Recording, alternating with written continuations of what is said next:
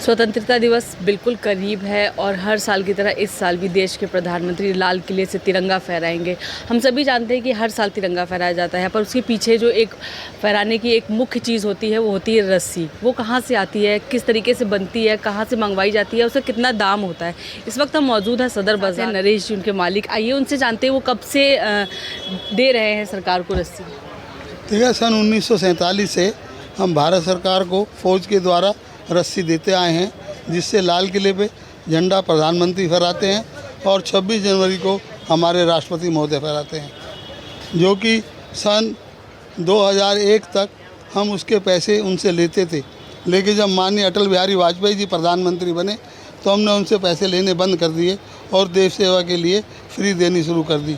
उसके बाद कोई भी प्रधानमंत्री आया, हमें उसकी कोई वो नहीं थी, हमने सदैव ही उन्हें फ्री में रस्सी दी और वो रस्सी फहराने के बाद सील मोहर करके एक सर्टिफिकेट और रस्सी हमको दे जाते हैं।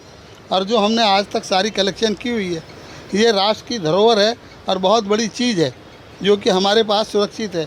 पीछे ही अभी उन्होंने एक हमें ट्रॉफी के रूप में हवाई जहाज़ का गिफ्ट दिया कि आप इसे रखिएगा।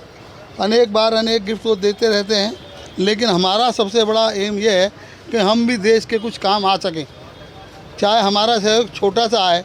एक रस्सी बहुत छोटी सी चीज़ है, लेकिन फिर भी बहुत बड़ी है, क्योंकि इसके बिना झंडा फहराना बड़ा मुश्किल है। आपने बताया कि आपको सर्टिफिकेट भी देते हैं, ये सन 2001 के बाद से ऐसा शुरू हुआ। उसके पहले किस तरीके के दाम था आपसे सरकार के, आप सरकार को कितना आपको सरकार कितने पैसे देती? जनरली जैसा भी हर साल दर साल रेट होते थे, उसके मुताबिक हम उनसे पैसे लेते थे। और जो रस्सी ले जाते हैं फ़ौज वाले हमसे ले जाते हैं।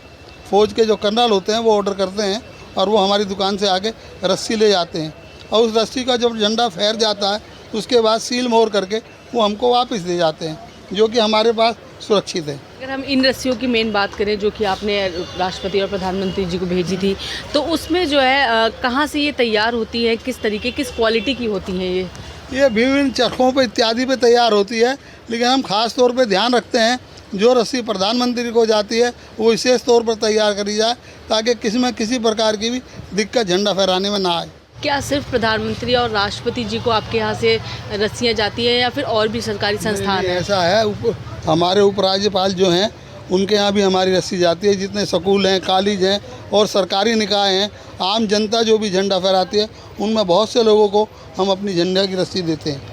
डिमांड पे फ़र्क पड़ता है क्या, ये स्वतंत्रता दिवस और 15 अगस्त पर डिमांड काफ़ी बढ़ जाती है, क्योंकि हर घर तिरंगा फहराता है। पहले ऐसा नहीं होता था, अब तो हर घर पे तिरंगा लगना ज़रूरी है, तो हर एक को रस्सी भी ज़रूरी है लगानी, तो रस्सी काफ़ी बिकती है। दाम वसूला जाता था तब कुछ टैक्स को लेकर के कोई चीज़ें हुई थी, टैक्स माफ़ी की एक चीज़ कुछ ऐसा?